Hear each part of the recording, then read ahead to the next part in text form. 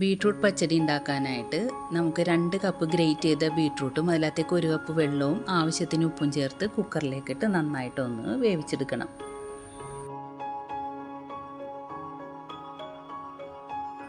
അതിനുശേഷം നമുക്ക് വേണ്ടത് 1 കപ്പ് തേങ്ങയും 1/4 ടീസ്പൂൺ നല്ല ജീരകവും 1 ചെറിയ കഷ്ണം ഇഞ്ചിയും 2 പച്ചമുളകും ആ തേങ്ങയിലേക്ക് ആവശ്യത്തിനുള്ള കുറച്ച് വെള്ളം ചേർത്തിട്ട് നന്നായിട്ടൊന്ന് അരച്ചെടുക്കണം. അതിനുശേഷം കുക്കറിൽ നിന്നൊരു പാനിലേക്ക് മാറ്റിയിട്ട് അതിലകത്തേക്ക് നമ്മൾ നേരത്തെ അരച്ച് വെച്ചിരിക്കുന്ന ആ തേങ്ങയുടെ അരപ്പ് അതിലകത്തേക്ക് ചേർത്ത് കൊടുക്കുക.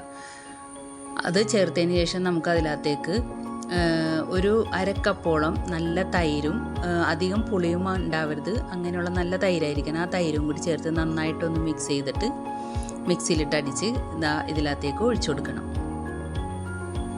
എല്ലാം കൂടി ഒന്ന് ഇളക്കി കൂട്ടി ഒന്ന് തിളച്ച് വരുമ്പോഴേക്കും നമുക്കതൊന്ന് അതിനുശേഷം നമുക്കിതിനകത്തേക്ക് കടുകും വേപ്പിലയും പൊട്ടിച്ച് സെർവ് ചെയ്യാം.